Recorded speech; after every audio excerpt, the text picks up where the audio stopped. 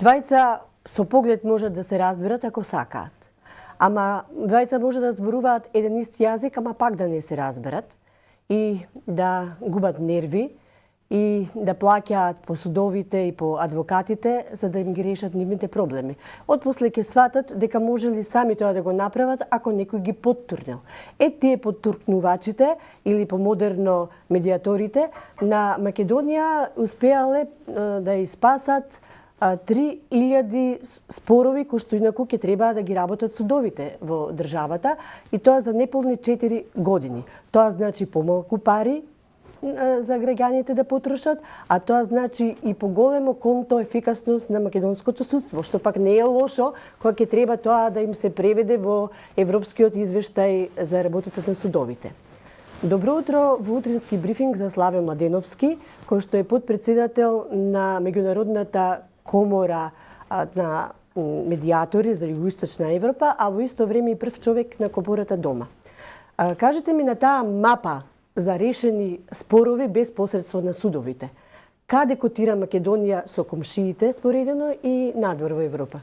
Благодарам за поканата на Слободна ТВ да гостувам и да размениме мислење и искуство за медиацијата во Република Северна Македонија, правејќи споредби со државите од регионот.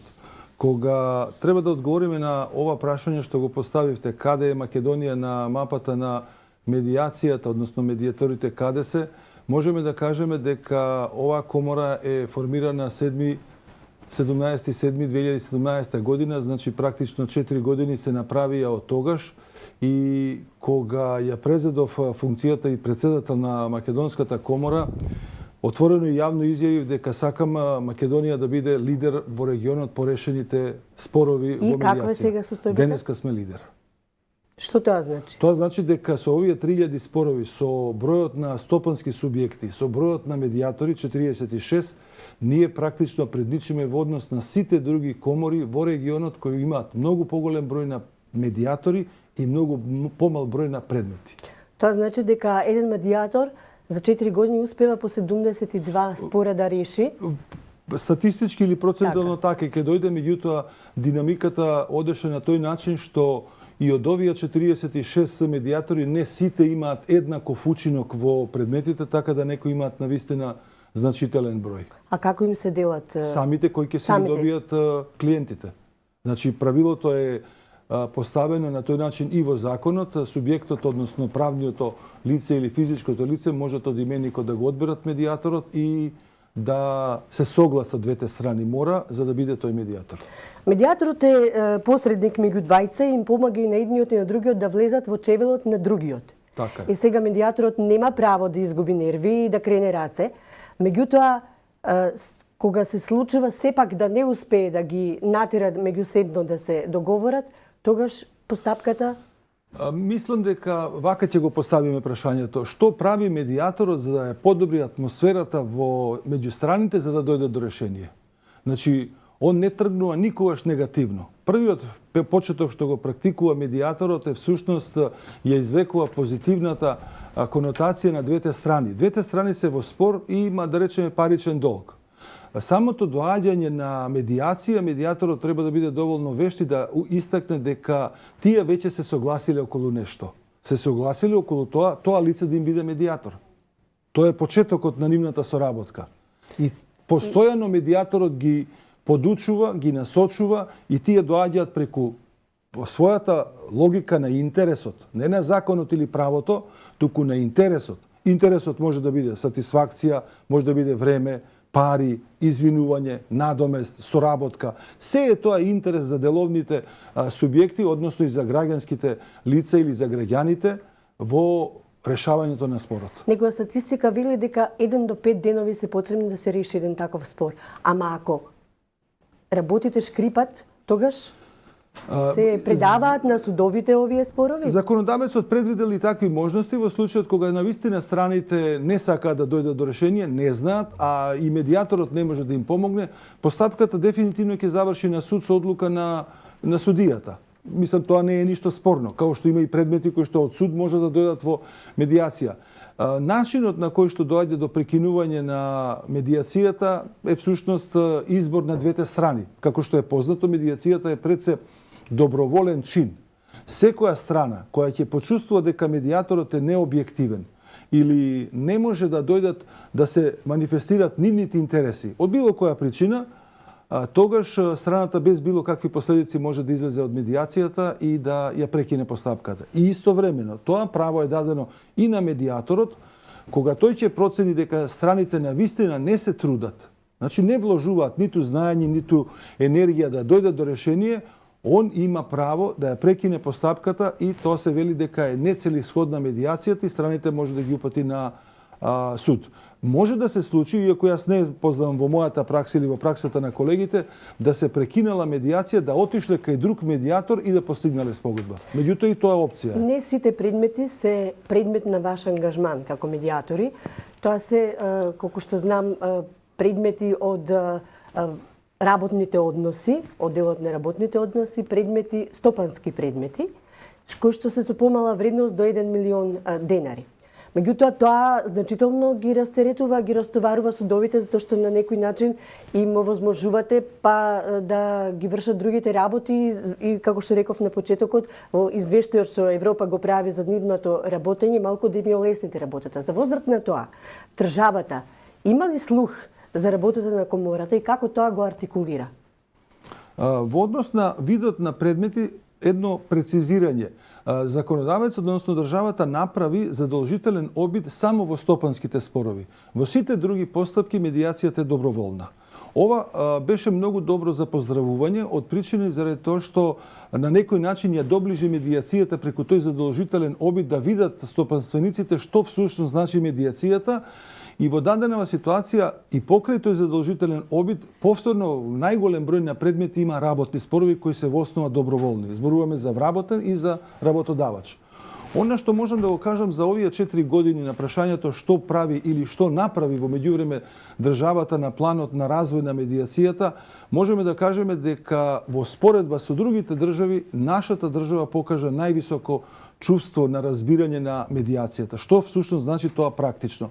Тоа значи дека постојано одеше на варијанта да направи многу подобар закон, тоа е првиот во 2013, сега се прави новиот закон, значи мислам дека постапката е во собранието и некои, така да кажеме, процедурални работи додека завршат овие избори и тој додека закон чекате од парламентот да ви го испорача овој закон за медиација, каков исчекор тој ќе има за граѓаните, а што ќе значи за комората? Јас го гледам целиот комплекс на развојот на медиацијата за мандатот додека бев и додека сум председател. Значи, ние прво подпишавме меморандум за соработка со владата, што сме единствена комора во регионот што тоа го направи, а владата е единствена која донесе заклучок на седница да препорача на јавниот сектор, државните органи, да ја применуваат медиацијата. Овој закон всушност на некој начин оди во потикнување и на стопанствениците да им ја олесни медиацијата, меѓутоа и да им овозможи на медиаторите уште подобро да се представат. Има неколку новини, доколку имаме време можам да навлезам и во тој дел. А каков е фидбекот од работодавачите? Во поглед на законот? Да. Во поглед како вие посредувате и ги решавате споровите? Сега во моментот ние можеме да бидеме, како да кажеме, задоволни со тоа што сме го постигнале, незадоволни со тоа што сакаме да го постигнеме. Тоа што значи? Ние се уште, кога ги гледаме бројките, по моје мислење, сметаме дека тие можат на неделно ниво да се зголемат. Тоа значи, ако сега имаме пример од одреден медиатор дека има еден предмет неделно, вистината би требало да има барем 3 предмети неделно и тогаш оваа дополнителна дејност, медиацијата, за 10 години може да стане и професија. Јас ви разбирам дека вложувате напор да се изборите за свое место под сонцето како медиатори, но од друга страна пак адвокатите негодуваат затоа што они тоа го гледаат како брцање во нивниот џеп. За овие, ќе земам поширок контекст да ја гледаме работата. Во 2006 кога првпат беше донесен законот за медиација, до 2016, односно до 2017, додека не се промени законот и не се воведе лиценцата како и услов да се биде медиатор, тоа значи да се полага испит, немаше никаква манифестација ниту адвокатите лично, ниту па од адвокатската комора да реагира на медиацијата. Имаше и некој број на адвокати во комората. Зборам за периодот пред 2017 година. Откако ние се формиравме како комора, исто така немаше никакви конфликтни ситуации меѓу двете комори. Значи, имаше во нашето законодавство можност адвокат да биде медиатор. И ние на тоа го прифаќавме. Меѓутоа, единствена реакција, писмена, официјална, од адвокатската комора беше по повод работниот текст на законот за парнична постапка во која што работната група предложи да има задолжителен обид за работни спорови и за спорови од мала вредност. Очигледно Министерството по сугестија и работната група што беа во Министерството, суди и универзитетски професори проценија дека треба да се даде таков поттик на развојот на медиацијата, меѓутоа подоцна Министерството, веројатно по реакција на адвокатската комора или на другите институции, процени дека можеби се уште не е време. Можеби треба уште да се објаснува. Ние на тоа не гледаме дека Можеби тука ви треба медиатор да посредува меѓу вас медиаторите и адвокатите. Ама ние не го гледавме како конфликт тоа. Значи, ние го гледавме како еден интерес. Меѓутоа, онаа порака ја што ја испратив до јавноста, тоа веќе значеше дека ние станавме респектабилна комора. А тоа значи следново. Нема причина адвокатската комора да се плаши во периодот 2006-16 од лоши медиатори. Проблемот е тоа што сега овие медиатори имаат 3000 спогодби што не завршија во суд. Тоа значи дека добивањето на задолжителен обид на одреден број на предмети, кои уште повеќе ќе ги поттикне стопенствениците да се приклучат кон медиацијата и да видат што значи тоа, тоа значи заштеда на време, заштеда на пари во прво време. И тоа значи дека тие спорови нема да завршат во суд. Само лошиот медиатор, а такви нема барем сега според ова искуство, или не е толку голем бројот, за да може да имаме ние незадоволство од стопанствениците и за да може да речат дека медиацијата не ни го дава оној фидбек што го очекуваме.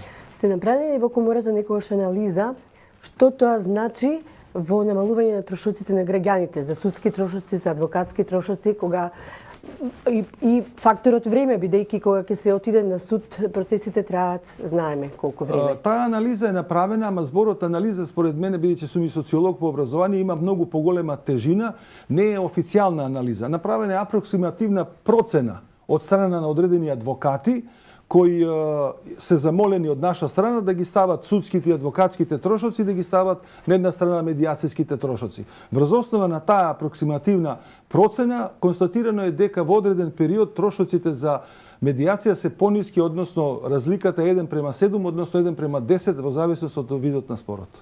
Затоа што вие кога ќе го добиете спорот на основен суд, тој продолжува со жалба на повисоките судови. Тие трошоци уште повеќе стануваат поголеми. Овде трошоците во медиацијата не само што се познати однапред, туку се известни. Вие точно знаете со колку буџет можете да влезете и точно ви кажува медиаторот со колку ќе завршите. Па тоа не е и за фрлање. Тоа не е за подценување, апсолутно. Сите стопанственици што доаѓаат, барем моето искуство е, јас однапред им давам договор на двете страни да видат што е медиацијата, во кој што точно пишува како и колку треба да изнесува трошокот. Трошокот дури не го декларираме ние, трошокот го пропишува државата, бидејќи после донесување на законот, Министерството за правда е должно да изработи трошковник. Тој трошковник фактички го објавува на веб страницата. Ние мора да работиме по него. Некаде прочитав дека 50 евра е стартно и после... Не, 15 евра. 15 евра почнува и ние практично, бидејќи се уште не е донесен трошковникот, веројатно се чека законот, па во еден пакет да се направат тие измени. Меѓу поголемиот број на медиатори направивме еден договор да висината на одредена постапка не поминува одредено ниво и да бидеме пристојни, да бидеме конкурентни едни со други. Да не носиме или да не декларираме исклучително високи цени што се одбивни за самите клиенти. Од каква тежина се споровите што што посредувате во нивно решавање во делот на работните односи? На што најчесто сакаат да ве ангажираат вработените? Работните спорови главно се рефлектираат на долг. Значи на парично побарување. Откази вработување не влегуваат, не се медиабилни. Тоа значи дека ако работникот имал прекувремено или имал вишок работни часови, а работодавачот не му ги исплаќа, тоа е предмет на медиација. И имаме примери каде што државни органи имаат такви ситуации, еве ќе го посочам, такво е Министерството за внатрешни работи, каде имате исклучително висок број на предмети што влегуваат во судска постапка и според одредени анализи државата тие судски предмети ја чинат 10 милиони евра. А на овој начин со посредување Не сакам да спекулирам, не сакам да шпекулирам, Ама по бројка вака процентуално ви доаѓаат? Јас не сум имал предмети од не Министерството сте за имали внатрешни. предмет. Така да и како претседател на комора регистрацијата на предмети оди исклучиво во Министерството за правда. Има таму електронски регистар и секој медијатор е должен да ги пријавува. Можам да се заинтересирам, меѓутоа не ми треба тоа.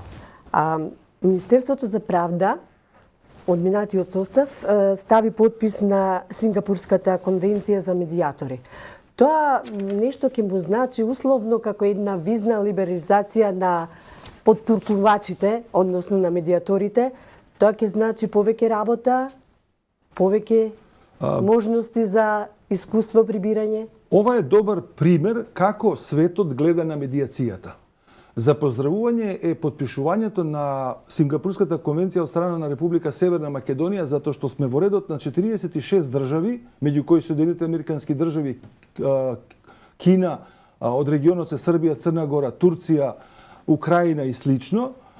И тоа значи дека стопанските субјекти кои имаат трговски спор во прекугранична соработка можат да бидат решени со медиација, односно исправата постигната во спогодба со медиација станува задолжителна за двете држави. Тоа значи ако ние од Македонија еден стопанственик постигнеме спогодба со друг стопанственик од Србија, самото извршување на спогодбата е задолжително. Тоа ќе значи дека ќе имате и повеќе простор за работа. Значи вие зависно од капацитетот на еден медијатор и зависно од тоа од неговите контакти тој може да работи значи непречено во регионот. И сега постои таа можност, меѓутоа самата операционализација мора да се испочитуваат локалните законодавства. И сега оваа Сингапурска конвенција тоа го возможува во овој дел на трговските спорови, не во работни спорови, во бракоразводни или слично, да бидеме внимателни и прецизни. Значи ова е само во една област, меѓутоа и тоа е голем чекор. Не може секој да биде медијатор ако претходно не добие лиценца, ама за да добие лиценца треба да положи некој испит. Сега паричката има две страни. Луѓето кои што пред во 2006 година почнале со медиација, а потоа не добиле лиценца и за да го продолжат тоа што го работеле, па на адреса на вашата комора имаат обвинување дека практично оваа комора ја киднапирала старата комора и сега на нивните темели си направила нешто ново и она и таа си работи. Добро, киднаперот тогаш ќе биде Министерството за правда или државата. Ја не сигурно не. Шегата на страна. Ми се допаѓа и пристапот како го имавте. Еве да објаснам на јавноста за да се симне и тоа од дневен ред, иако за нас како комора одамна е симнато. Македонија е прва со можноста да се полага испит за медиација, односно да се стекне со лиценца што ја издава државата. Во регионот се добива сертификат кој го издава комората. Примерите на искуство што ги имаше Македонија од 2006 до 2016 се речиси идентични како и во другите држави и сега тие го гледаат македонското искуство и се обидуваат да го применат во нивната средина. Зошто? Хиперпродукцијата на медијатори во кој што комората печати сертификати за одредена сума 200-300 евра колку што беше тогаш во Македонија, не ги даде очекуваните резултати. Тоа значи, во период од 10 години, од 2006 до 2016, Министерството за правда има евидентирано 100 предмети од 180 медијатори, меѓу кои ја бев во таа група, исто медијатор. Ние денеска имаме сосема друга ситуација. За 4 години, 46 медијатори, 3000 спогодби. Србија, која бев сега на една меѓународна конференција, рече дека има 1200 медијатори, замислете, и со толкаво население, со толку стопански субјекти, 800 предмети. 800 предмети ние имаме, сега да наречам, годишно. Сега, кој е проблемот на перцепцијата на јавноста кога некој ќе каже дека оваа комора го земала правото на некоја претходна комора? Не.